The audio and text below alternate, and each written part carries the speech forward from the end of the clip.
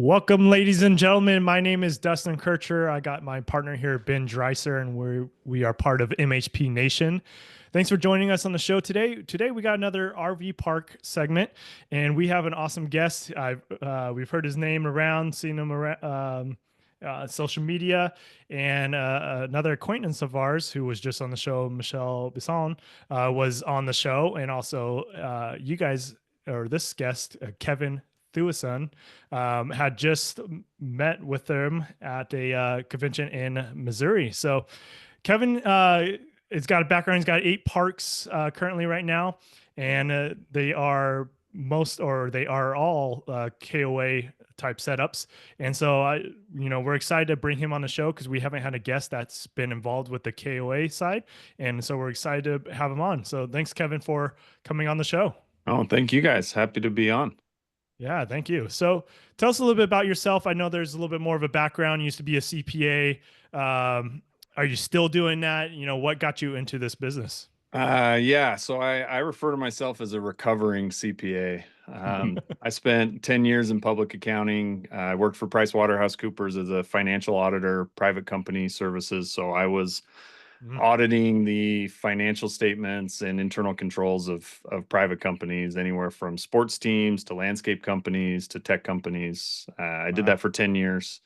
And what led me into this was, for the last 8 years of the 10 years I was with PwC, I was trying to figure out what I actually wanted to do for a living. And I knew it wasn't auditing and it wasn't accounting, but I just didn't know what it was. And, like so many other people, I had a friend that I hadn't talked to in a long time. We connected. He could see in the conversations we were having that I was very, kind of stuck and looking for something else.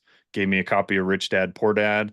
I read that in, a day. I was like, all right, it's going to be real estate. That's what I'm going to do. And then one thing led to another. And it was, all right, there's an opportunity for real estate, but in buying the types of properties that I actually really like. And I can do it at scale. And I can go buy one property that's going to allow me to quit my job and go straight into it full time, and combine my hobbies, my personality, the things that I like with the business and build it all around it. And that led me into campgrounds. And so it was about 6.5 years ago, going on 7 years. I quit my job, sold my house, bought a campground, and that was kind of what started it. Nice. So you say you sold your house. Did you actually move into the I campground did. to and run it? Okay, that's cool. Yeah. Yeah. It's kind of funny. Like when I think back on it and I tell this story and people ask about it, when I start to think about the order that we went through for this, I don't know that I really realized what I was doing at the time. But yeah, we sold our house in March of 2018. We rented it back as part of the sale. We leased it back through the end of June so my kids could finish the school year. So we essentially started the clock that we were going to move, and we didn't have the property under contract. We didn't really have a sure deal of what we were going to do. Like I had identified it. I'd been working through the negotiations. We thought it was going to happen. Mhm. But there was like, we were still several months away from closing. And so we stayed in the house, and then I quit my job at the beginning of May, and we didn't close on our first park until right after Memorial Day. It was the end of May. Um, and so it was kind of this like, we decided we were going to do it. So we took the steps that we had to do it. At the time when we made the decision that we were going to invest, I had like $2,000 in the bank account. And so it was like, how do we come up with the money to actually do this? We're not going to go just, buy a small piece of like, we're going to buy $1 million property. Where are we going to come up with the money for it? Mhm. Selling the house was the only option. So we kind of forced it to happen. Um, and then once we bought the property, I moved into one of the cabins that was there. My family stayed in Seattle for the summer because we didn't have a place to live. And so it was a, 10 foot by 10 foot log cabin with a bed and an air conditioning unit. There's no kitchen, no bathroom, lived in that. And for that first summer, just learned the business from the ground up. Yeah.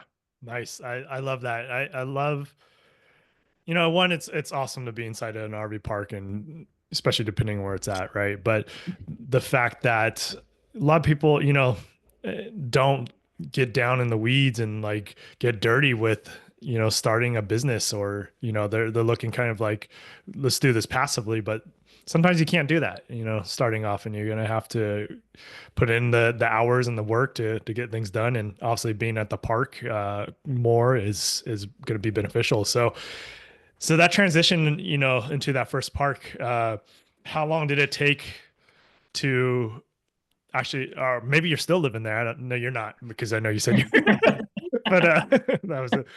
But how long did it take you to like, okay, I got things set up. I'm gonna now be back with my family.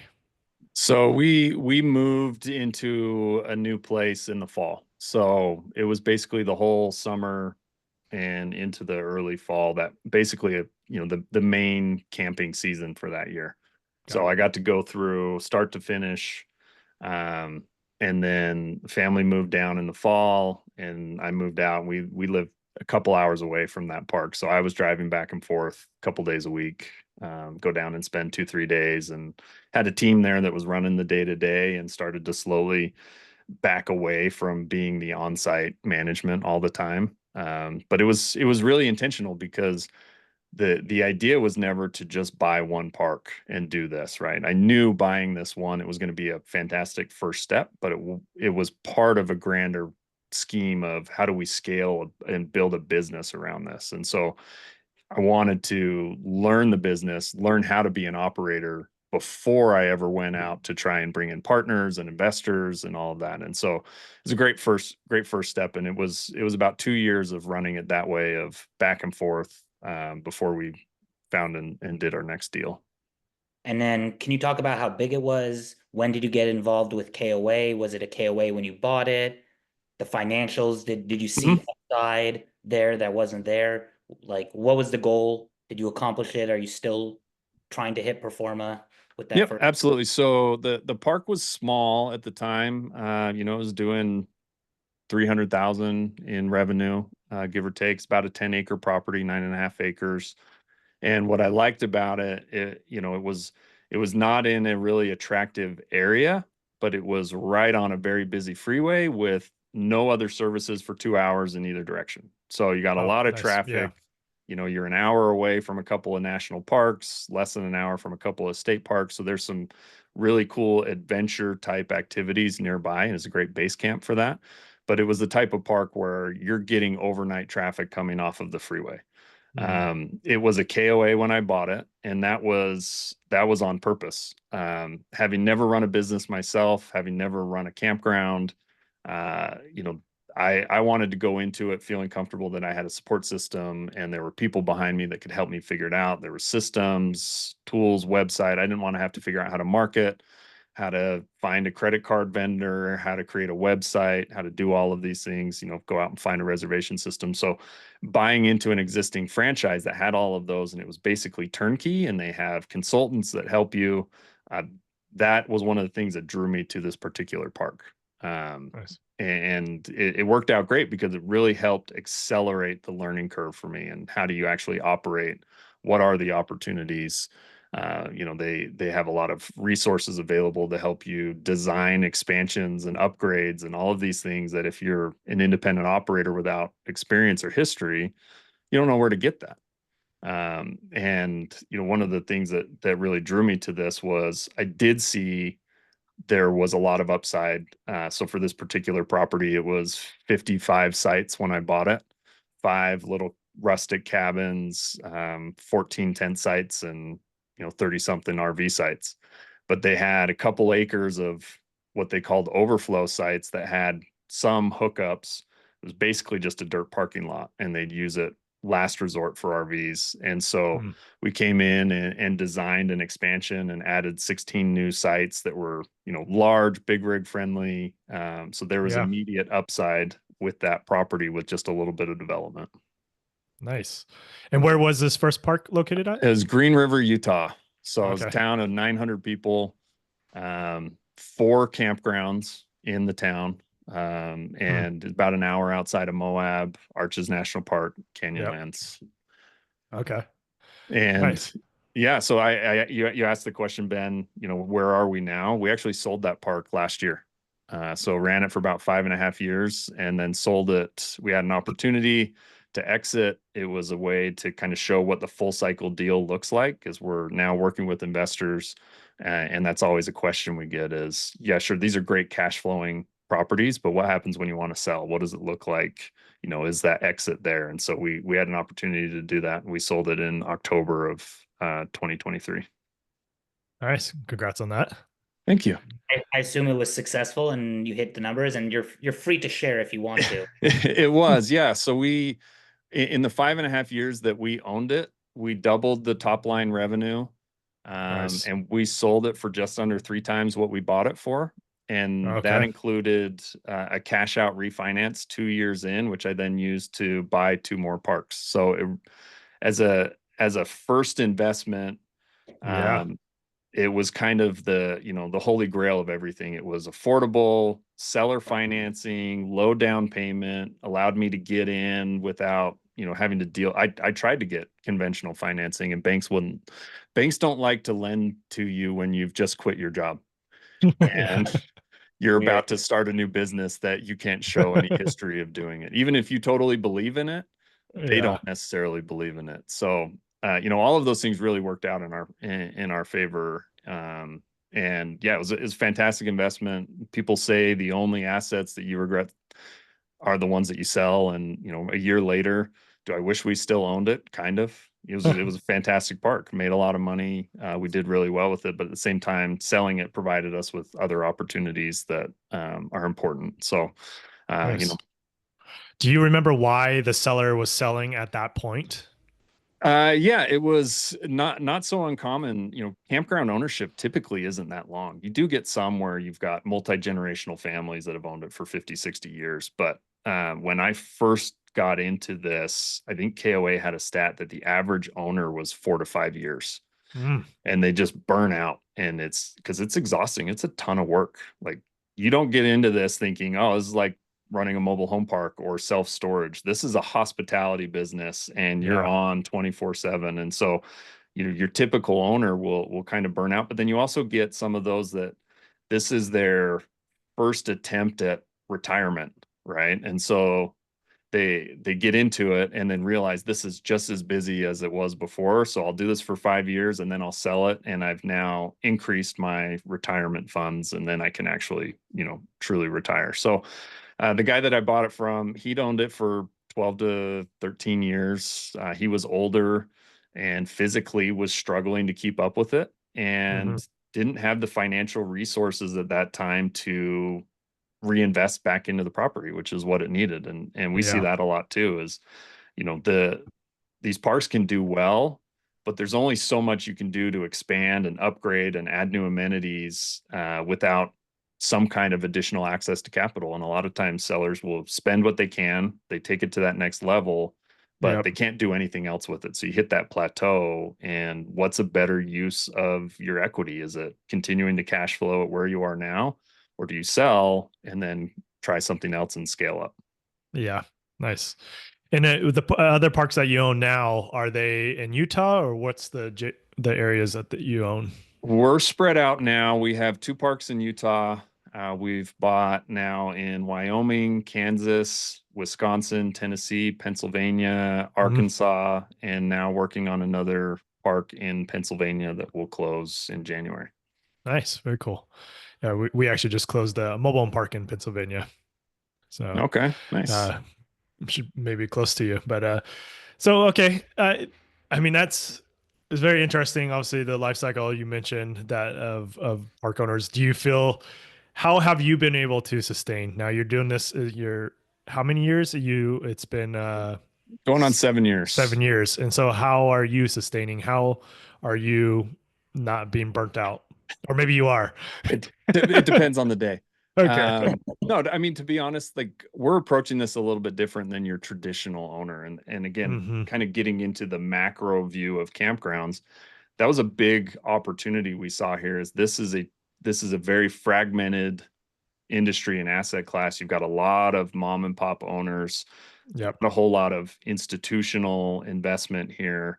And really, outside of a couple large groups, there's not a whole lot of large business type operation, Yeah. Yep. usually, owner operators.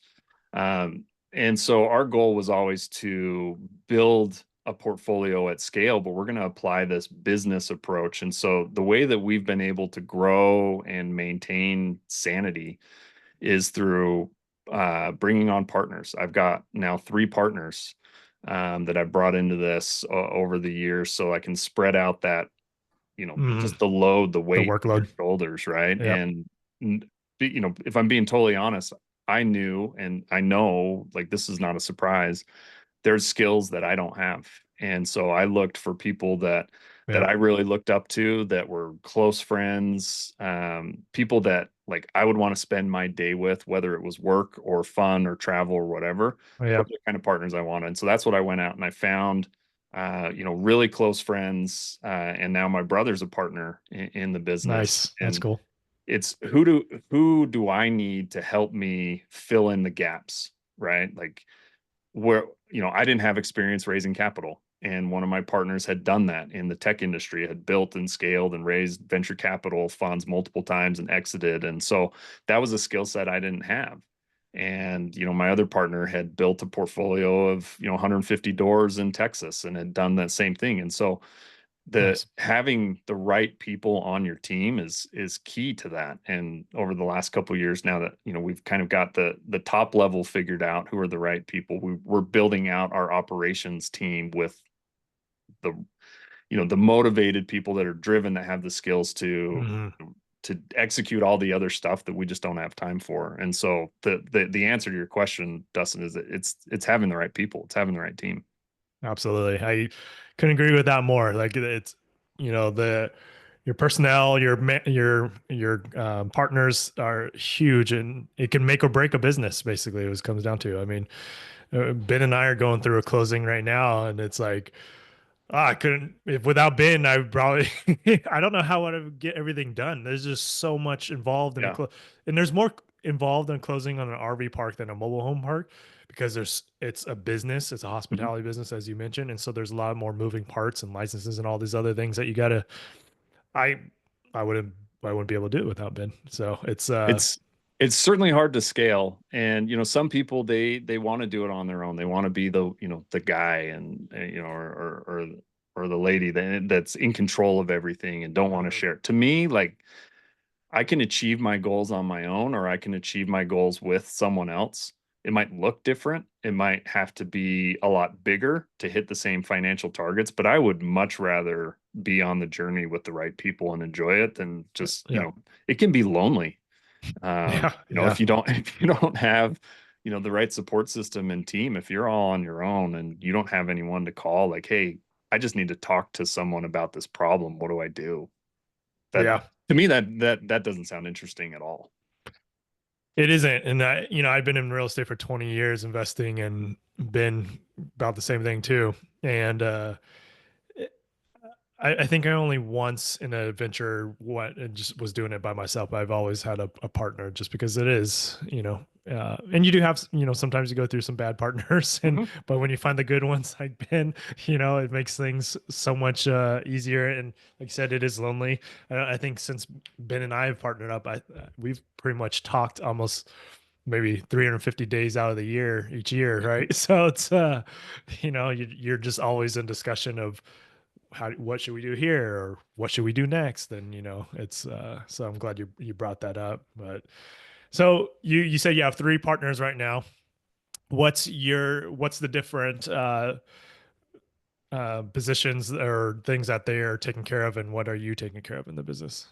Yeah, we've kind of evolved. When we first started, it was, we were referred to it as the three-headed monster, because we were all Hmm. doing the same thing, right? And so we'd have people on our team at our parks ask me a question, I give them an answer. They ask, one of my other partners to get a different answer, and you never knew who to go to. And over time, as we've built out our team, we've tried to divide up, and it's always kind of evolving, but my role is really on the acquisition side, business development, investor Okay. relations, kind of growing the business that way. My partner Cam is more on the financial side, handles all of our insurance. He's doing rate management. He's really in the day-to-day operations. My partner Nate oversees marketing and construction, expansions, tech, IT, our stack of tools that we use.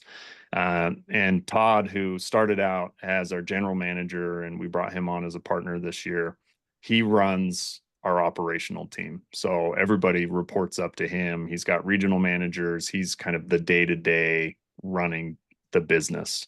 So that's how we're currently split up. It's always evolving. There's always something that comes up that we're like, oh, we don't know. Someone's got to deal with this. Let's figure it out. Like draw straws, right? Yeah. Nice. I like that. Is there additional back of the office besides like the on-hand people that you have part of your team? And can you kind of talk about the structure of the business below like the executive team? Yeah, so we've actually hired 5 people over the last year, less than a year. So at our corporate level, and we're trying to get away from using the word corporate, maybe we're trying too hard to be cool, but like adventure base camp or whatever we end up calling it, right? There's about 12 of us. So we've got me, Cam, and Nate. It's where the KCN came from. Todd is our general manager. Todd has 2 regional managers, one that oversees 4 parks on the East Coast and one that on the West Coast that oversees 4 parks. And then we've got a fractional outsourced HR rep. We have a controller / bookkeeper who's a consultant that works with us it's definitely more than part-time. And then we've hired a marketing manager. We've hired a construction project manager.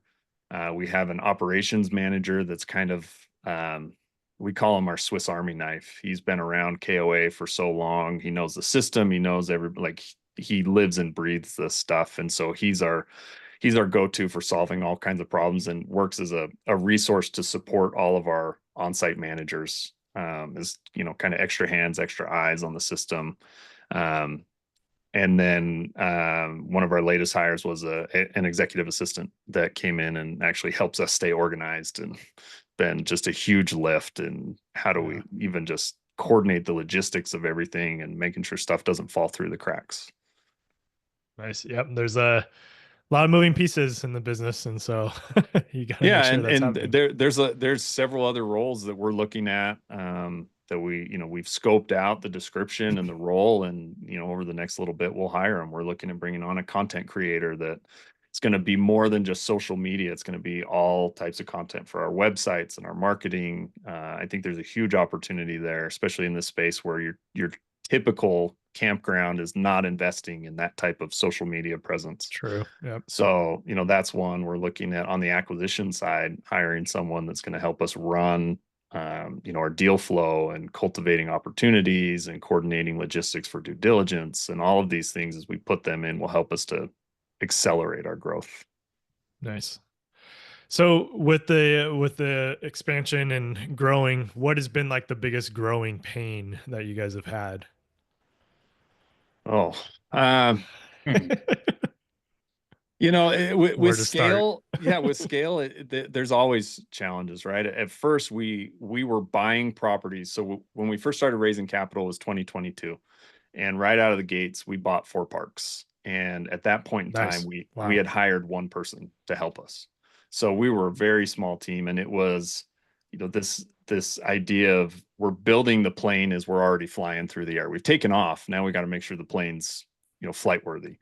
And so that brought all kinds of challenges, because it's, you get a call, hey, we've got a sewer backup. What do we do? Well, I'm an 8-hour drive away. I'm not sure what I can do. Right. We've got banks to work with. We've got investors now. And so, we were in this situation where we had to bring in revenue by growing so that we could build the team. And we were building the team on the back end of that. And that was really a challenge, because we just weren't set up to operate effectively this type of business where it is hospitality based. And it's, our goal here is leaning in completely on the experience of it. How do we provide an exceptional experience for our guests? And that's hard to do when you don't have the right people, you don't have the right training, you don't have the right support from the top down. And so that was something that we focused on pretty significantly over the last couple of years after that initial ramp up. And that's why we built up our team to be bigger than what we really need right now to support our current portfolio. But that's going to help us as we continue to buy over the next few years. And the just the remote aspect of it is a challenge. When we have an issue that goes on with personnel on the East Coast and I'm based in Utah, it's not like I can just get in the car and drive there and handle it, right? And so that piece of it has been hard, and that's why we've divided up into regions, and we've got people that are more centrally located that can get out there and help and support. So it really depends on the day. It could be personnel related, it could be infrastructure, it could be financing. There's those days you wake up and maybe your future reservations don't look like you want them to look like. And so you start to think, well, are people not going to come back? And what's happening? Is the industry changing? What's the behavior in how people are booking their camping trips and road trips this year versus coming out of the pandemic when it was a whole booming type of situation? That's just been evolving over the years. And it's always something new. You never know what it's going to be. So there's that can be exciting if you have the right attitude. It can be a fun part of the business. We If you just have said the wrong attitude, it can be just the worst. Yeah. We were just saying that because we're going through some permitting stuff, and I was like, I love this and I hate it, but it's yeah. But I mean, the thing is it's every day is different. So I'm appreciative of that. I would not survive in a office. I just couldn't.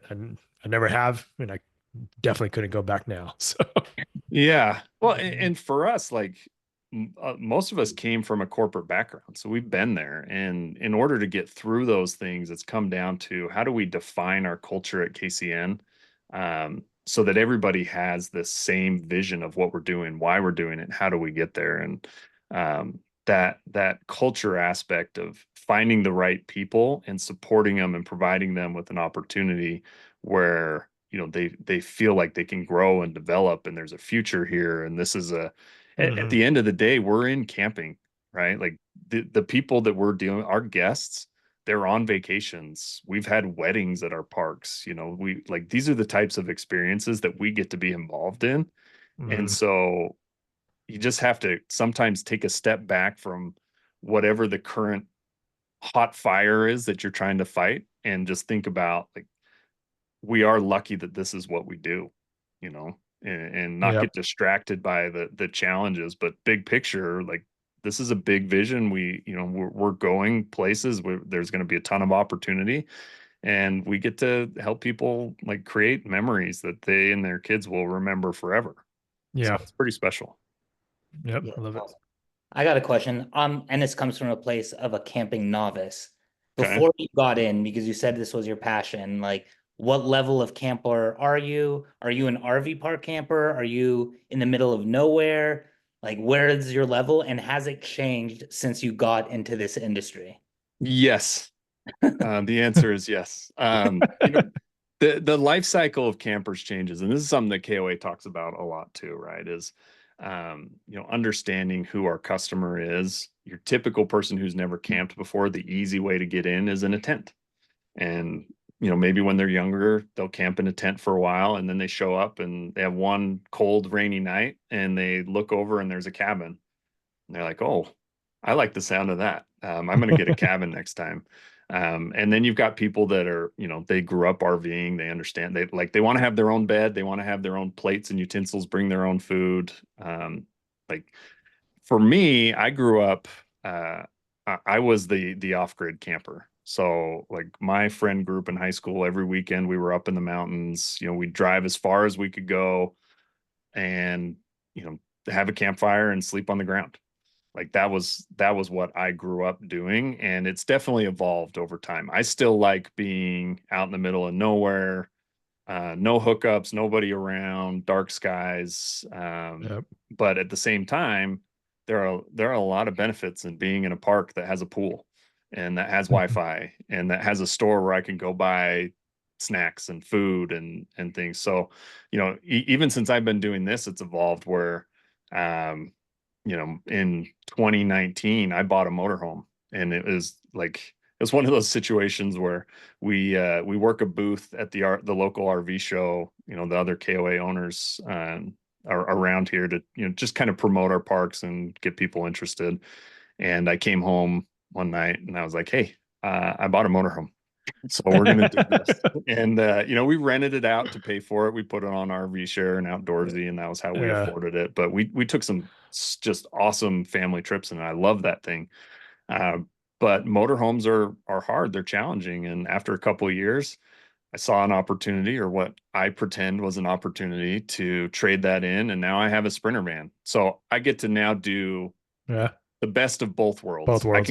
I can go to a campground, I can hook up, I've got electrical, but I can also take my Sprinter out in the middle of nowhere. I can drive up to the end of the road in the mountains and do all that. So it's definitely evolved. I really like what's important to me is just like, what is the experience? And I do think there's an opportunity for everybody in this. Even if you're not a camper and you don't like sleeping on the ground, like, there are answers for that. And the idea is, like, hotels can be great.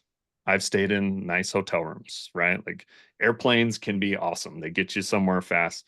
But when I think back about like my life and all the trips and things I've been on, I don't care about the airports I've been in. I don't care about the airplanes I've been in, but I remember all of our road trips. I remember the places that we stopped and the things that we saw and the cheesy roadside attractions. Like, Yeah. that kind of stuff sticks with you. And so, if there's a way that you can bring people into this to have those opportunities that, maybe they don't like sleeping in a tent on the ground. Not everybody does, and that's fine. That's why we have cabins. They have beds and bathrooms and TVs and heat and AC and Wi-Fi. So we try, what we're doing is we're trying to cater to everybody. Yeah. Perfectly said. I mean, it sounds like it's exactly the evolving life of a camper, Yeah.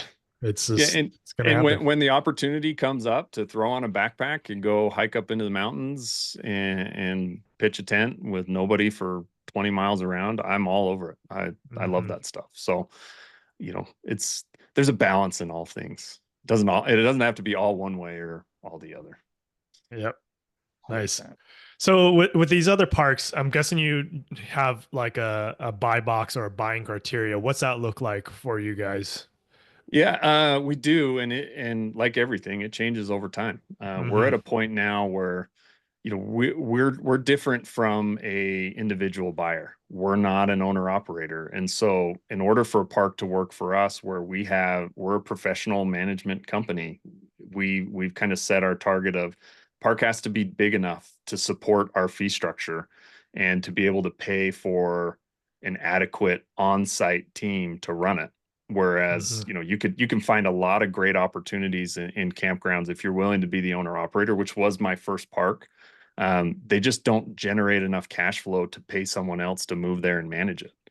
And so we've evolved over time to now we're buying parks in the $1 million+ gross revenue. We're looking for specific markets. Why is someone going to be there? If I'm traveling, why am I going to go there? Is there a national park?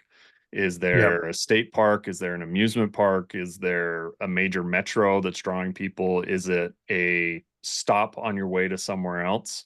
But there's a lot of traffic that comes through.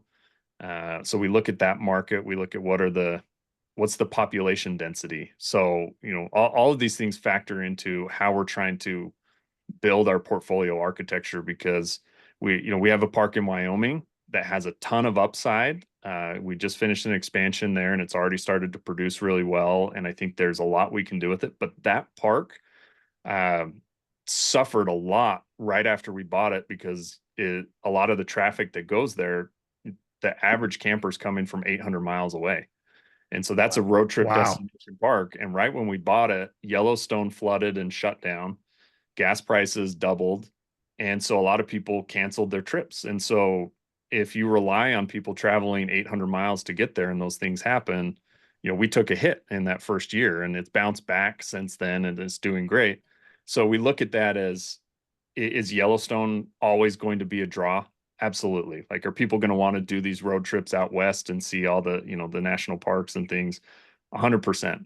But let's also balance it with, let's get parks that are closer to larger populations. And so when you do have those situations where inflation's high, people don't have as much as to spend, or they're not able to travel as far because now they have to return to work, and they can't be remote all the time.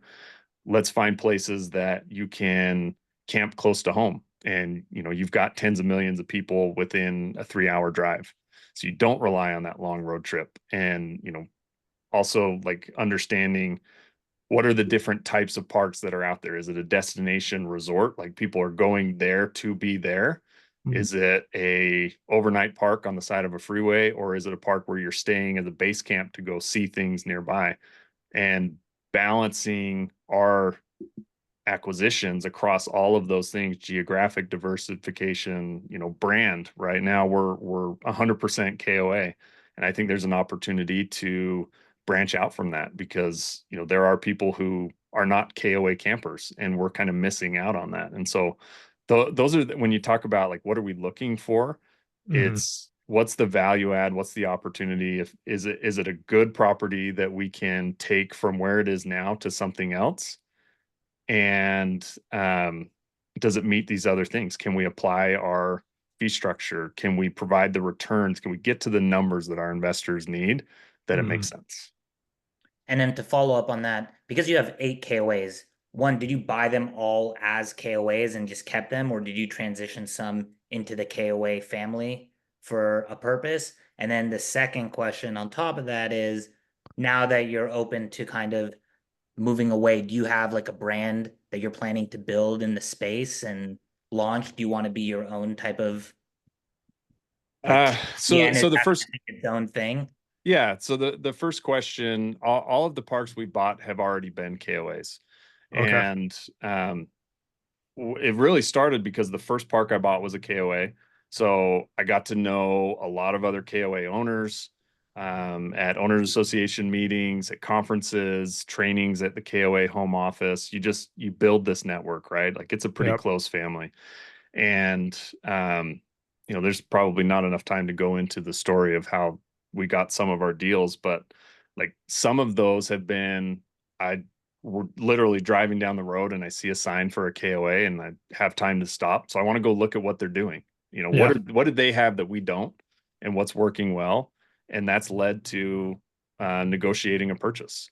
And Yeah. the Yeah. last couple deals we've done have been the sellers basically coming to us. They're off market. They're not even really considering a sale, but we have that network. They know who we are, and we can contact them, or they can contact us, whatever the situation is. And we're able to buy these parks that aren't on the market in, fantastic opportunities that nobody else has even an option to try and buy. So we've grown within the KOA network just because of who we know and what we're doing. Um, we did have a park. It was actually the first park we put under contract when we were raising outside capital, that was an independent park. It wasn't branded.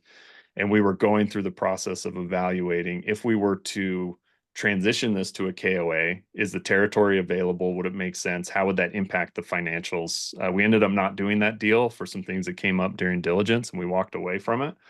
But that's always been one of our strategies, is, can we improve the returns and the numbers if it's branded or not branded, right? Like, there are strategies both ways. And so we look at that, and we're very happy with the parks that we have and how they're performing within that system. And if we look at an independent park, that's not associated with any brand, I think there's opportunity there to try things that we typically can't do within the KOA system. We can use other reservation systems and other tools and play around with the website. There's a little bit more flexibility there. And we would look at, could this park perform better if it was a KOA? Is the territory there? Or what if it was a Jellystone, right? Like, does it meet that criteria? Or is it better if it's just independent because the cost structure is different? Mhm. Is it a long-term park or a seasonal park where you've got a wait list, and maybe you don't need that national brand recognition to fill it up? So yeah, we look at that every time we look at a deal, but everything we bought was already a KOA, and we've been more than happy to keep them in the system because we understand the value that it brings for those particular parks. And And with the the sorry, go for oh, it. go ahead. I was just saying, the parks that you're looking at, are you looking at stuff that has like, or will you stay away from if it has like a restaurant or any other business or revenue generating things like RV rentals, or I don't know if KOA even allows that, but or let's say ATV rentals or anything like that. Is that something you guys are looking at or staying away from? Yeah, I mean, to be honest, each one of those different business components adds complexity. And so it really is case by case basis. Mhm. Like a lot of businesses, campgrounds are not, they're not immune to this. But the last few years, finding people has been a challenge. And every time you add another level of activity or amenity, if it requires more personnel, we will stay away from those things if we don't feel comfortable that we have the team to provide it and execute on it, right? But at the same time, I do think that there's opportunity there. Rentals can be great if you're in an area where you've got bike trails or ATV trails and you can rent those out, or even just enter into a partnership with a local outfitter and do a revenue share and use your location as a home base and Yep. your guests.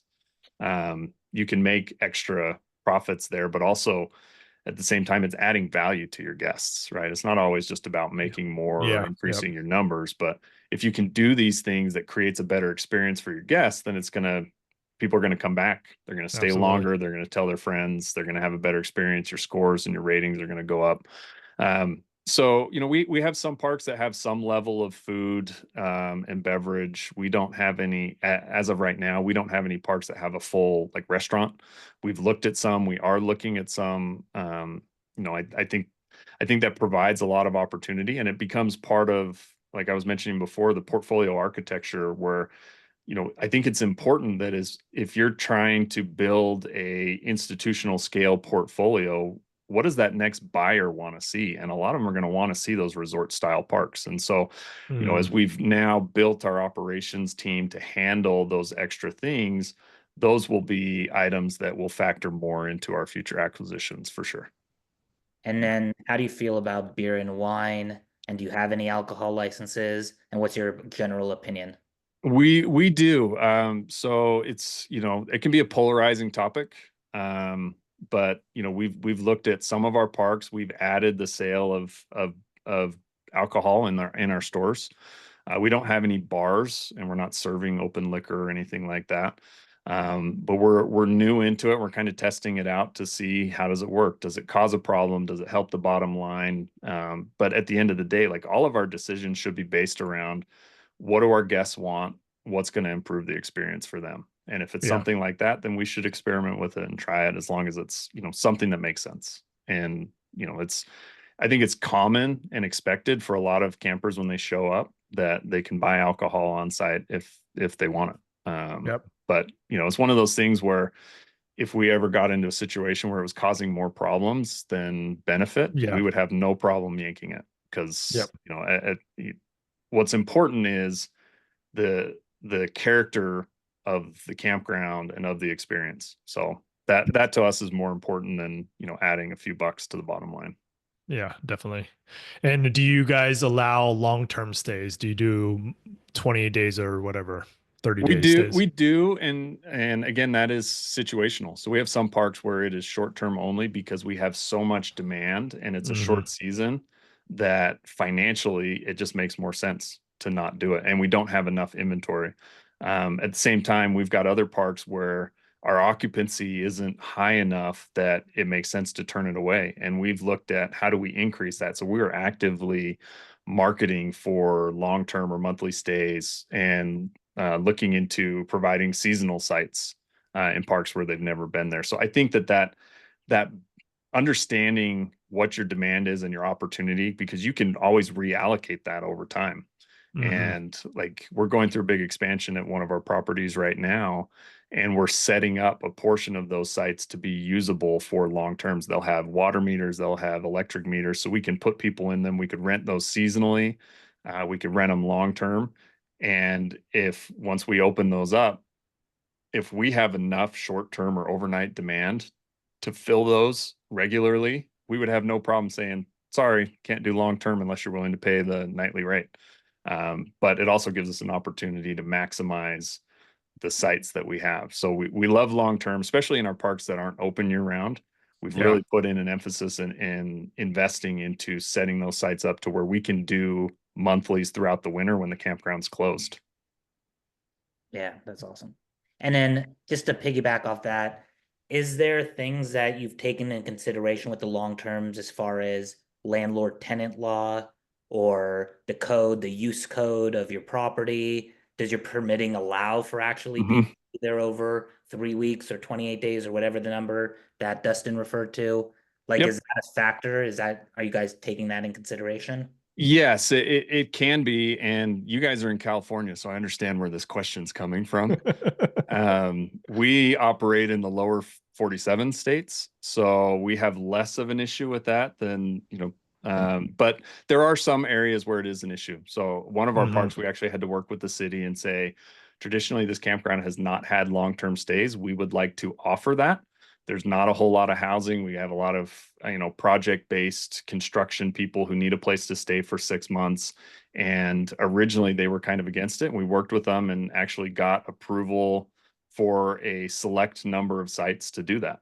So, it depends on where you are. Some places it doesn't factor at all. We're approaching it from the standpoint of, if someone's staying with us for 30 days or 1 day, they're still our guest.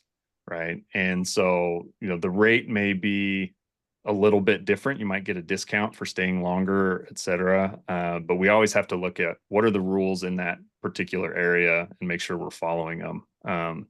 But the landlord tenant thing can be tricky. And we have had situations where we've had to evict people and get rid of them. We've had drugs, we've had prostitution, we've had death threats, right? And if you're in real estate, you're going to run across these situations at some point. And sometimes it's just mind-boggling how it works. We had someone who had threatened to murder our managers and their dog. Jeez. And we called the police, and the police said, we can't evict them off the property because we don't understand what the rules are for RV parks. So you have to contact the district attorney and talk to them. And so we went through this process and we talked to them and they said, well, you got to post a notice and you have to give them 3 days. And if they don't leave in 3 days, then you can haul them out. The guy ended up driving off under the influence, and the cops picked him up and put him in jail for a couple of days. But he came back and he was there. And, our managers whose lives have been threatened were, staying in their RV 200 feet away. And so you get in these situations where it's like, how can we not get this person off the property? Yeah.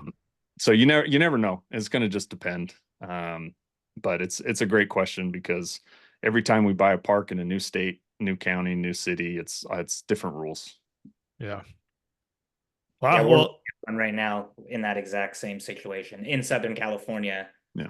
We know that if somebody's there a little bit too long, it activates things that we need to be conscious of. Yeah, and you can try and avoid entering into a lease, and you can do things right. Like here's a site rules type thing, but yeah, it all depends on how serious the situation gets, because any attorney could look at it and say, well, this is actually what it is, whether it's papered that way or not. So. Exactly. Yeah, you can write whatever you want into a contract, but is it actually legal? And you can try and reword everything, and it still doesn't matter because you're citing code. But yeah.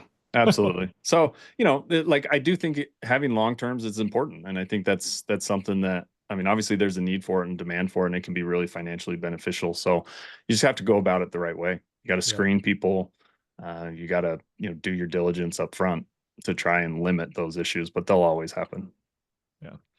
I know we are approaching about an hour here, so we do appreciate your time. I got another question for you. With the purchases that you've been making, I know one of them you said was seller financing, but are you financing these other parks? And sounds like you're doing kind of like a syndication route. So are you getting institutional loans and then syndicating on the back end? Yeah, so we financed all of our parks. I guess that's not entirely true. We did buy one park for cash It was a smaller purchase. We raised all the capital through a syndication, and then we did a refinance to pay for expansion. So we just did the loan on the back end with the lender we already had a relationship with. But the way we approach it is, let's say we're buying a property that is going to require a certain amount of capital improvement. That's part of our value add strategy.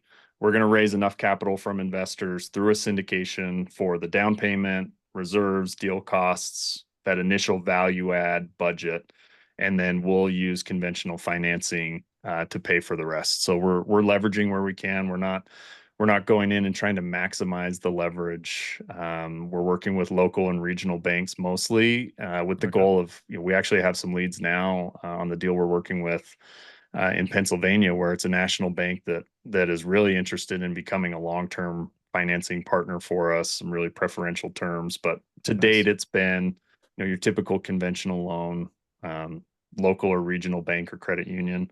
Yep. And with RV, it's a little bit different than manufactured because of the transient nature and what the lender would look at as the volatility of the business. So our interest rates are usually a little bit higher. There's not as many lenders that are familiar with it. That's changing, and we think that will continue to evolve, and we'll get better financing options over time. Same way that manufactured housing has done over the years too. So having the right bank makes a big deal to having the deal work. But one of the things that we really like about RV is our cap rates are much higher than other asset classes. So if our interest rate is a point and a half higher, our cap rates are 2-3 points higher than what you're buying other assets for. So the deal we're doing in Pennsylvania right now, we're buying it at a 9 cap. Year one with our fee structure, it's a 9 cap, and we're looking at a loan right now at 6.43%. Awesome. Yep. There you go. It's a good spread. Yeah. Any other asset classes that you're investing in besides RV parks? With KCN, that is our focus. Personally, I've got a couple rentals. I've invested in some syndications and multifamily and self-storage. I think that diversification is important.